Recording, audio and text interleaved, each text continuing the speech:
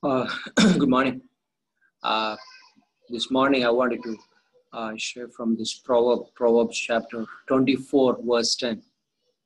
If you faint in the day of adversity, your strength is small. This is from New King James Version. It says that if you faint in the day of adversity, your strength is small.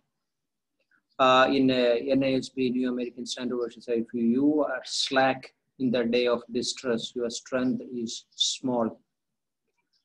Recently, I was watching in Discovery in the channel about how this commandos has been chosen or they're selected, and these young people comes with a great enthusiasm, very great excitement, and they showed that they landed in the train station. They thought they will get a great welcome, but instead of that, they loaded all their luggages in that military bus, and then they have to run behind the bus for I believe around 5 kilometers. From that day onwards, they said this is 35 days or 36 days. It is an unpredictable. You don't know what is going to happen. The day becomes night, night becomes day, and a difficult task, and every day. And these young commandos, at the end of that session of 35, 36 days, at the end of that 36 days, they say it is worth it. And they are now able to go forward with that courage, which they got it from that training period. So here the writer says that if you faint in the day of distress, your strength is small. We know that our life is full of trouble. Job says that. Man is born for trouble.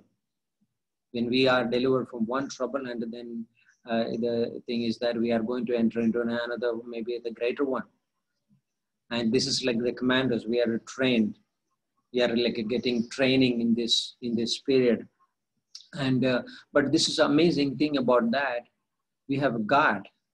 We have a spiritual life we have. Deuteronomy 33:27 says that. Like underneath is our God's hand is there. He supports us. He supports us. Eternal God is our refuge. And underneath is his hands, everlasting arms, hands are supporting us. The righteous man will fall 7 times in a day, but God will raise him up. But when the wicked will fall in his calamity. And this is amazing that Bible also says that call upon in the day of trouble in Psalms chapter 50. Verse 15 says that call upon God in the day of trouble. He will deliver us. You will glorify. This is amazing that this is in our personal life.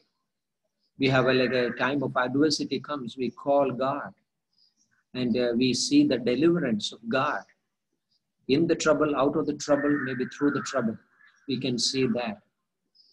There is also a security as a believers, like in the time of adversity. Hebrews chapter 13 verse 5 says that I will never leave you nor forsake you. And also in Isaiah 54 verse 7, it says that for a brief moment, I have forsaken you, but I will again gather you with the great mercies. It talks about the Israel nation. But this is amazing. There are times we think that I'm alone. Arrows are coming from everywhere. The troubles are coming from every side. It's like a Job is hearing that news from all the distractions. One person just to escape that trouble, and he just came and they tell the Job about the distractions. His possessions, his children, and everything is destroyed. Everything is coming in a day. But this can happen to anyone. We may face different troubles, different adversities. One thing is common, as I said, that our God is our eternal God. He is our refuge. Call upon me in the day of the trouble. That's what God says that. And he will never leave you nor forsake you. But there are times we know that we can be very strong in faith, but also there are times of discouragement we can come. A time of even in the strongest very strong in faith believers, Christians, can also face that kind of experience, like Peter experiences Matthew chapter 14, walking on the water.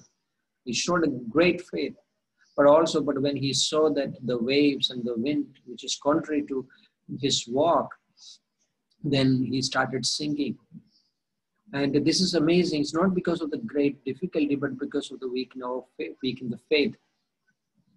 Weak in the faith. When the praise stops and it becomes a murmuring, it's in Exodus chapter 15 verse 1. There are praises because they delivered from the Egypt.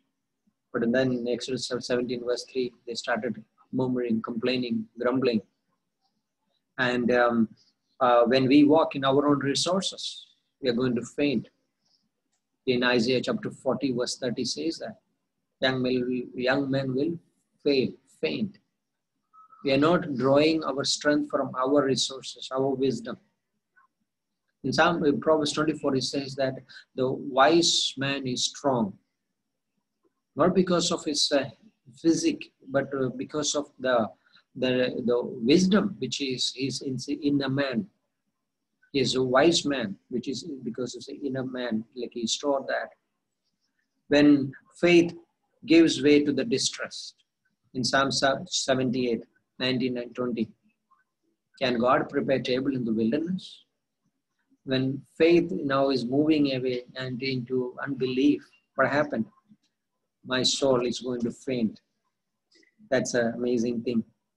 When hope turns to be disappointment, wow. In Numbers 14 verse 3, is this God who promised us this Canaan, the land which is flowing milk and honey? Why did he brought us here? What happened? And my soul is going to be faint. When I cherish all my past pleasures, instead of right now, my spirit life or spiritual life. Numbers chapter 17, 4-6, they were saying that there in Egypt we had cucumbers and onion and the garlic, fish. Here we don't have anything. The soul is going to be faint. But we know one thing, that we are not like that hero who rocky kind of hearing. But when the storm comes, we know that we are not going to faint, because our God is with us. He's going to support us. He's also going to deliver us through this trouble, maybe out of the trouble, maybe like in this trouble. God is going to deliver us. May God bless this morning, and let's pray. Father, we thank you. Bless this day, and whatever time we are listening, speak to each one of, Lord, these precious people, Lord. No, God, we all go through different kinds of trials and testings. Help us, Lord, to know the good hand of God is upon us. We thank you. All things work together for good to those who love. Thank you, Lord. Bless this time. In Jesus' name we pray. Amen. God bless. Thank you.